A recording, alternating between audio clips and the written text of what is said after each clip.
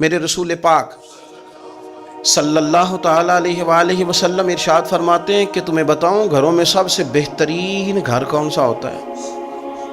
او میرے بھائیوں، وہ کتنا کو بہترین گھر ہے جسے مدینے والے رسول نے بہترین کہہ دیا ہے۔ فرمایا تمہیں بتاؤں نا گھروں میں بہترین گھر کون سا ہے؟ ہم سمجھتے ہیں ٹائلیں اچھی ہوں، کمرے ہوادار ہوں، اور کچن جو ہے وہ انواع و اقسام کے کھانوں سے بھرا ہوا ہو، سین اچھا ہو، اور جناب ہر چیز کی سہولیات گھر میں ہو، امن ہو، سکون ہو۔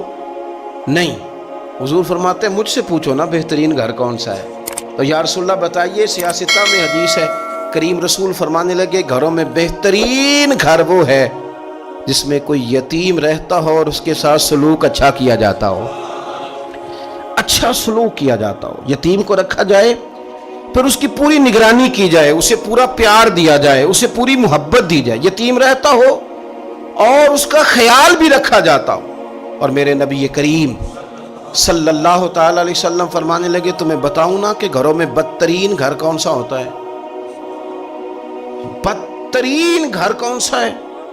حضور بتائیے، فرمایا جس میں کوئی یتیم رہتا اور اس کے ساتھ سلوک نہ صحیح کیا جاتا ہو، اس کو تکلیف دی جاتی ہو، وہ کرب میں ہو، وہ تکلیف میں ہو، وہ اذیت میں ہو۔ رکھنے والوں نے رکھ تو لیا ہے لیکن ان کو پتہ ہی کوئی نہیں ہے کہ ان کے ساتھ ہم نے رویہ کس طرح کا رکھنا تھا۔ یہ ایک اللہ کی قدرت ہے، اس کی حکمت ہے۔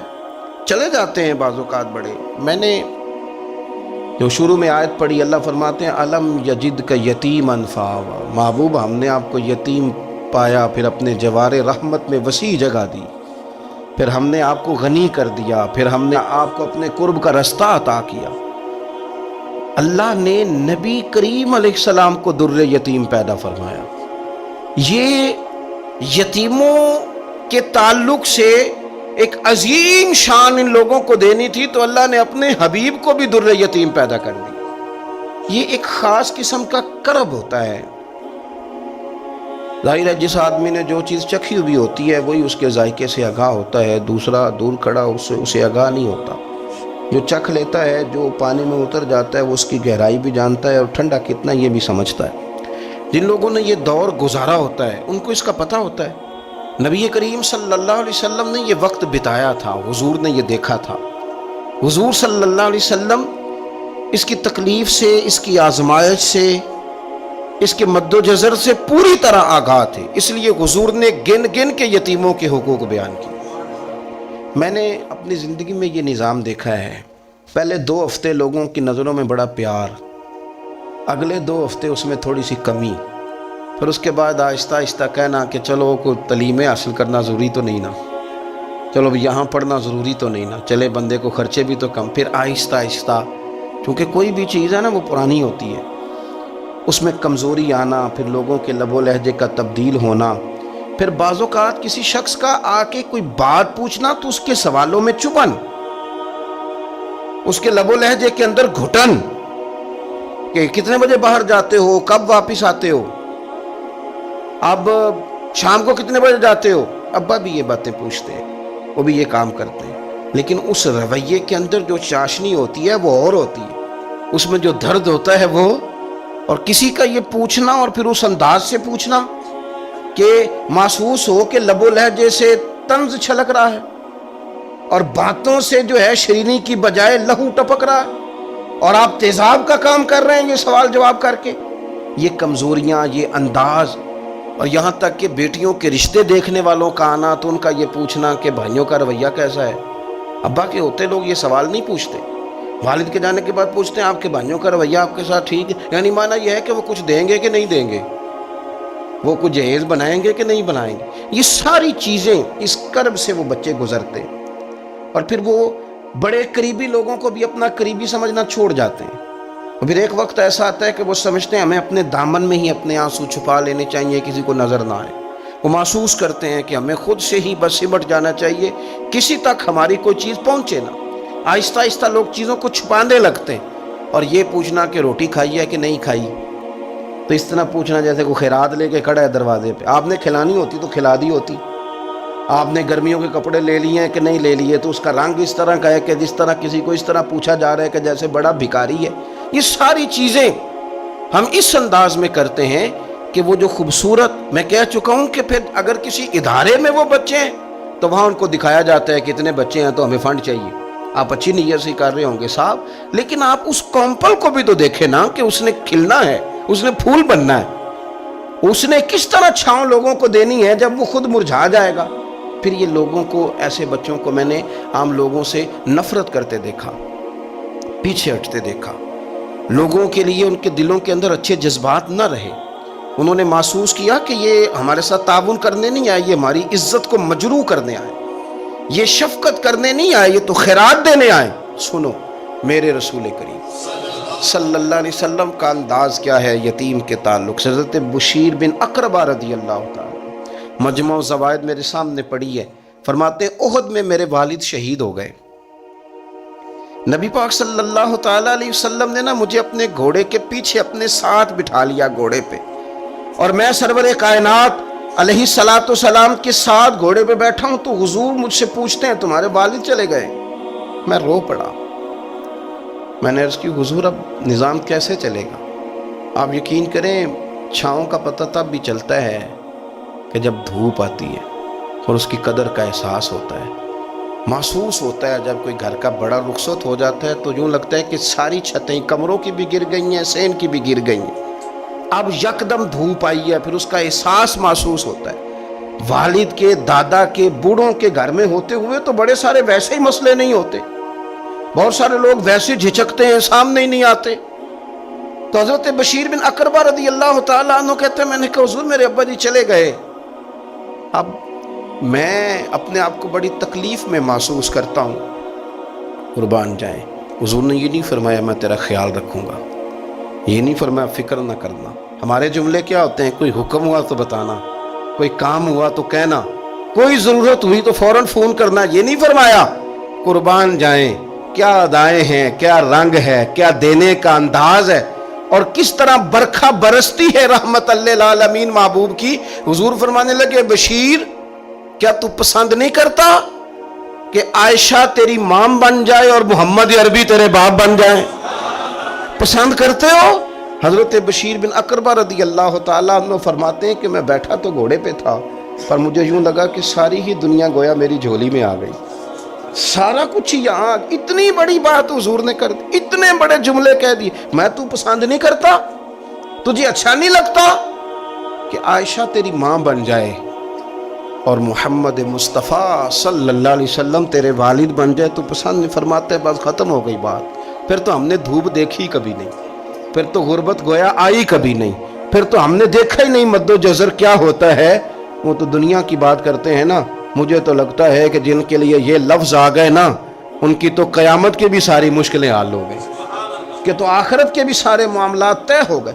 میرے نبی کریم صلی اللہ تعالی علیہ وسلم ایک ہماری خاص توجہ، اور یہ ہمارا اپنا نفع ہے. ایک بچہ آ گیا، یتیم بچہ، اس نے آ کے عرض کی حضور 3 گھر میں افراد ہیں، میں، میری بہن اور میری بیوہ ماں. والد حضور چلے گئے اور آج 3 دن ہو گئے روٹی کوئی نہیں کھائی. میں اس منظر کو بھی جانتا ہوں کہ جب یتیم گھر میں اکٹھے بیٹھے ہوتے ہیں اور پتہ ہوتا ہے ان کو کہ ہماری اماں کے پاس آج پیسے کوئی نہیں اور گھر میں روٹی بھی کوئی نہیں، تو پھر ان کو بھوک ہی نہیں لگتی. ہاں نہیں لگتی. اماں پوچھتی ہے پتر روٹی کھانی ہے؟ نہیں میں تو سویرے جو کھایا تھا وہ ہضم ہی نہیں ہوا. اماں جی شاہی کوئی نہیں. یہ پردے اس طرح کر کے بچائے جاتے ہیں. ایک دوسرے کو تسلیاں دینا، ایک دوسرے سے پیار کا بڑھ جانا، ایک دوسرے کے لیے جذبات اور طرح کے بن جانا حکمت الہی کے تقاضے ہوتے. یا رسول اللہ صلی اللہ تعالی علیہ وسلم بیوہ ماں ہے، یتیم بہن ہے، 3 دن سے کھایا کچھ نہیں. قربان جائے وہ گھر جہاں سے کائنات کھاتی ہے ساری. حضور نے فرمایا بلال جا کے ساری ازواج مطہرات سے پوچھ گھر میں کیا ہے. حضرت بلال کہتے ہیں میں سارے گھر ہی پوچھ آیا، ٹٹول آیا، ٹوٹل 21 کھجوریں نکلی. یہ 2 جہاں کے شاہ ہیں اور پاس کچھ رکھتے نہیں، 2 جہاں کی نعمتیں ہیں، ان کے خالی ہاتھ میں حضور کے سارے گھر کو میں ڈھونڈ 21 کھجوریں نکلی تو لا کے میں نے پیش کر دی. تو حضور نے ڈائریکٹ اس کو نہیں دی، نبی پاک نے اپنے ہاتھ پہ رکھ لی. اور کہتے ہیں پھر حضور نے نا اپنا منہ مبارک قریب کیا کھجوروں کے.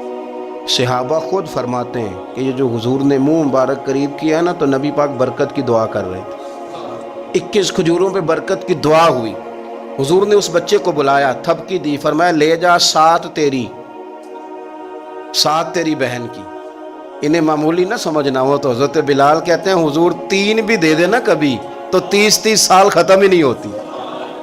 30 سال گزر جاتے ہیں, نکالتے رہو کھاتے رہو, ختم ہی نہیں ہوتی.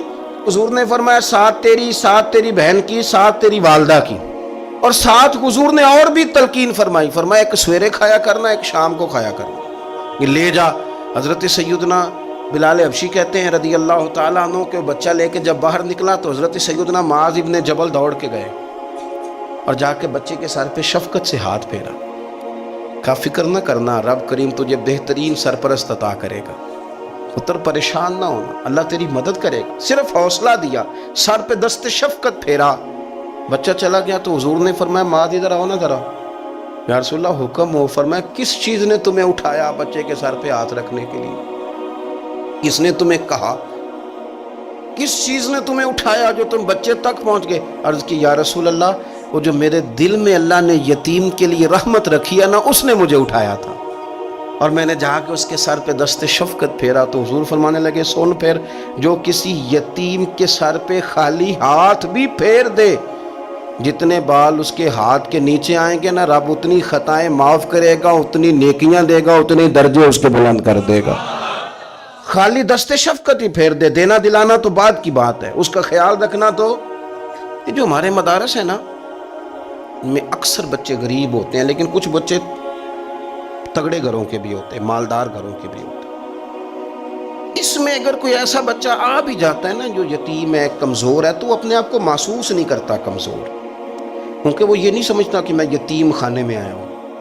اس کے ذہن میں مائنڈ سیٹ یہ ہوتا ہے کہ میں مدرسے میں آیا ہوں اور میں پڑھنے کے لیے آیا ہوں. اور چونکہ وہ کچھ وزادار بچے, مالدار بچوں کے ساتھ وقت گزارتا ہے, اسی دسترخوان پہ بیٹھ کے کھاتا ہے, اسی کلاس میں سب کے ساتھ بیٹھ کے پڑھتا ہے, تو اس کی عزت نفس مجروح ہونے کی بجائے طاقت پکڑتی. وہ برابری کی سطح پہ جب آتا ہے تو اسے محسوس ہوتا ہے کہ مجھے عزت دی جا رہی. اس لیے مدارس اسلامیہ میری نظر سب سے مضبوط جگہ ہیں جہاں مساکین کی, یتیموں کی, غریبوں کی صحیح معنوں میں کفالت بھی ہوتی ہے, تعلیم بھی ہوتی ہے, عزت بھی ہوتی ہے, تربیت بھی ہوتی ہے. میرے رسول کریم علیہ السلام بڑے انہماک کے ساتھ, بڑے توجہ کے ساتھ. اچھا ایک کام اور ہوتا ہے ہمارے ہاں, وہ کیا ہے؟ اگر کوئی یتیم مال چھوڑ گیا نا اس کا باپ, تو پھر تو بارے نہیں آ رہے ہیں اس کے. پھر تو اللہ خیر کرے کہ بہت سارے مل جائیں گے کفالت کرنے والے, بہت سارے ملیں گے دھیان رکھنے والے, بڑے سارے ملیں گے توجہ دینے والے. قرآن مجید نے فرما دیا ہے کہ جو یتیم کا مال کھاتا ہے وہ سمجھ لے کہ میں مال نہیں کھا رہا, میں آگ کھا رہا ہوں, آگ کھا رہا ہوں, آگ. سورہ نساء دیکھیے. ہمارے ہاں اگر تو وہ مال چھوڑ گیا ہے تو پھر تو بہت سارے رشتہ دار مستقل اس کے محلے میں مکان لینے کو تیار ہو جاتے ہیں, الا ماشاءاللہ. پھر تو بڑے سارے ایسے بھی رشتہ دار بن جاتے ہیں جن کو والد کی موجودگی میں کبھی زیارت کا موقع بھی نہیں ملا تھا. یہ مال جو یتیم کا ہے اس کی تو زیادہ حفاظت کرنی تھی. ہم کئی دفعہ مسئلہ بتاتے ہیں, لوگ فتویٰ بازی شروع کر دیتے ہیں. مجھے بلایا گیا کہ ایک صاحب کا انتقال ہو گیا, تو ان کا ختم شریف ہے, تو بچے ان کے نابالغ ہیں. تو میں نے کہا کہ آپ اس طرح کریں, ان کے مال میں سے زیادہ پیسے نہ صرف کریں. نہیں جی نہیں, بڑے پیسے کمائے ہیں جی, اس نے ساری زندگی باہر نکالی, یا تو لاکھوں کروڑوں کمائے ہیں, تو چھوٹا گوشت پکائیں گے, بکرے کا گوشت پکائیں گے اور ہم ان کا ختم شریف دلائیں گے. تو میں نے کہا صاحب آپ رشتہ دار ہیں, ان کے بچوں کے مال کی حفاظت کریں. ختم شریف تو اس میں گوشت زیادہ ہونا ضروری نہیں, اس میں تو درد سے دعا کرنا ضروری ہے, اس میں تو تلاوت قرآن پاک کے سال ثواب میں ضروری ہے, ذکر اذکار ضروری ہے. لیکن کیا کیا جاتا ہے کہ بے دریغ مال ان کا اگر ہو تو, ایک حدیث پاک ہے بخاری مسلم میں, بڑے غور سے سنیے گا, اور اس کے اندر جتنے پہلو ہیں ان پر پوری توجہ دیجئے گا کہ کہیں ہم ادھر آ تو نہیں گئے.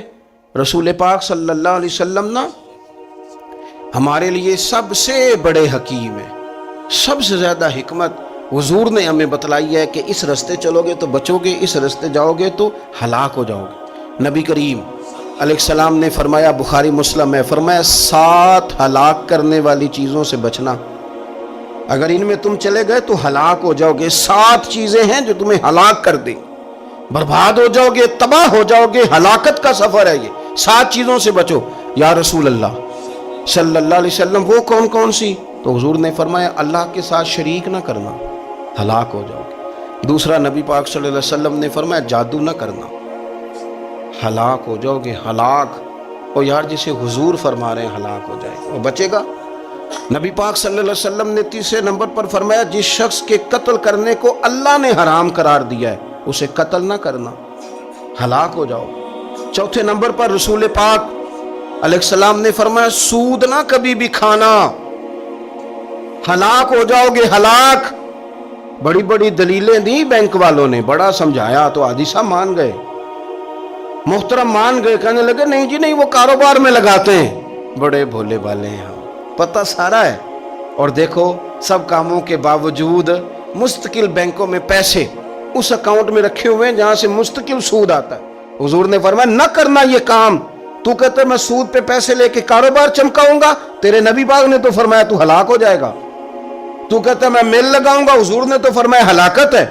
تو کہتا ہے میں بڑا کچھ کر جاؤں گا تو ہلاکت ہے۔ اچھی طرح سمجھ لیں، اصل مال بھی ضائع ہو جاتا ہے اس بندے کا جو سود کا مال ملا لیتا ہے، اصل برکت بھی اڑ جاتی۔ اور میرے نبی پاک صلی اللہ علیہ وسلم نے 5ویں نمبر پہ فرمایا یتیم کا مال نہ کھانا، ہلاک ہو جاؤ گے، نہ کھانا ان کا مال، یہ کروڑوں ہو، اربوں ہو یا 10 روپے ہو، یتیم کا پیسہ نہ کھا جانا، ہلاک ہو جاؤ گے، ہلاکت تمہیں آ لے گی۔ اور پھر 6 نمبر پر نبی پاک علیہ السلام نے فرمایا کفر سے جہاد ہو رہا ہو تو کبھی پیٹ پھیر کے بھاگنا نہ، ہلاک ہو جاؤ۔ اور 7ویں نمبر پر اللہ کے رسول نے فرمایا بے قصور اور بے گناہ عورت پر تہمت نہ لگانا، بلا وجہ بہو کے کھاتے نہ کچھ ڈال دینا، بلا وجہ بھابھی اور بیوی اور کسی بھی خاتون پر کوئی الزام بے قصور عورت پر بہتان نہ لگانا۔ مار مار کے ایک شخص نے بحال کر دیا بیوی کو اور بعد میں پتا چلا کہ جی مجھے شک ہے تویز کراتی ہے۔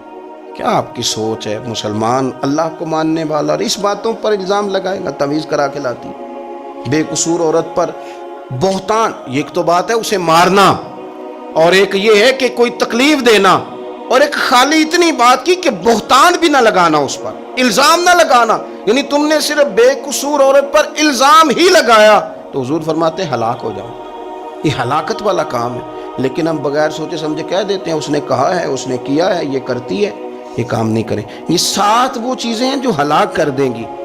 نبی پاک صلی اللہ تعالیٰ علیہ وآلہ وسلم فرماتے ہیں میں نا جنت کا دروازہ کھولوں گا تو ایک عورت کو نا میں سبقت لے جاتے ہوئے دیکھوں گا، یعنی وہ جلدی سے جنت میں داخل ہو رہی۔ یا بعض شارحین کہتے ہیں کہ حضور داخل ہوتے ہی سب سے پہلے اس کا چہرہ دیکھیں گے، حضور فرمائیں گے تو پہلے ہی آ گئی بی بی جنت میں، حضور نے دروازہ کھولا تو جلدی سے نظر آئی، تو پہلے آ گئی۔ سب نے لکھا ہے کہ اس عورت کی شان یہ ہے کہ سب سے پہلے جنت میں گئی۔ میں نے حدیث پڑھی تو میں نے نیچے حاشیے میں لکھا، میں نے کہا میرا خیال یہ ہے کہ اس کی زیادہ شان یہ ہے کہ جنت میں اس کی سب سے پہلی ملاقات مدینے والے محبوب سے ہو گئی۔ یہ دیکھو کتنی بڑی شان۔ حضور فرمانے لگے تو کیسے پہلے ہی آ گئی، کون ہے تو؟ وہ کہنے لگی حضور میں بیوہ ہوں، میرے بچے یتیم تھے، میں نے ان کی خاطر نہ بیٹھی رہی، میں نے نکاح نہیں کیا، میں نے ان یتیموں کی پرورش کی، بیوہ بن کے زندگی گزار دی، ان یتیموں کے لیے بیٹھی رہی۔ اس کو جائز ہے، یہ کر سکتی تھی، لیکن اس نے سوچا کہ میں ان کی نگہبانی یتیموں کے لیے بیٹھی رہی۔ آج شان یہ ہے کہ مدینے والے کے لیے جب دروازہ کھلا ہے تو اس بی بی کو بھی رب کریم نے فوراً ہی جنت عطا فرما دی، یہ سب سے پہلے گئی۔ میں نے دیکھی ہیں ایسی عورتیں 23 سال میں بیوہ ہوئی پر عمر بچوں کے نام کر دی، اسے پتہ تھا کہ کل کو جب یہ بڑے ہوں گے تو یہ اپنے کمرے کا دروازہ بند کر لیں گے، یہ نہیں پوچھیں گے کہ اماں سوئی ہے کہ جاگ رہی ہے، ان کا آنا جانا الگ سے ہو جائے گا، ان کے تعلقات اپنے ہو جائیں گے، پر یہ بیٹھی رہی، یہ بیٹھی رہی۔ اس نے بچوں کو وقت دیا تو بچے تو کیا اس کو صلہ دیتے تھے، رب نے یہ صلہ دیا ہے کہ سب سے پہلے اسے جنت میں داخلہ عطا فرمایا۔